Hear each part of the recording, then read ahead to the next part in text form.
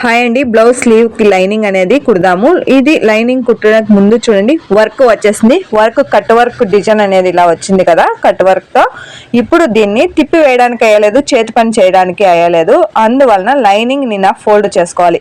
మనం కచ్చాకి ఎంత వదిలింటామో అంత ఫోల్డ్ చేసి ఒక కుట్టు వేసుకోవాలి. వేసుకున్న తర్వాత ఇలా ఉల్టా అనేది మనకు కనిపిస్తూ ఉండాలి. మెయిన్ పీస్ కి ఉల్టా మనకు కనిపిస్తూ ఉండాలి. కనిపిస్తూ ఉండే దాని మీద లైనింగ్ అనేది ఇలా పెట్టుకోవాలి.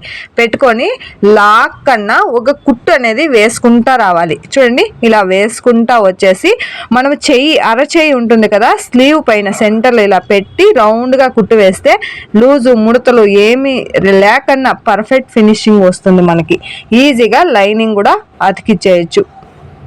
చూడండి, ఇలా ఎక్స్ట్రా కట్ చేసుకునేస్తే మనకి రెడీ అయిపోయి. వీడియో నచ్చితే లైక్ చేయండి, సబ్స్క్రైబ్ చేసుకొని కొత్త వాళ్ళు వీడియో చూసినందుకు థ్యాంక్ యూ.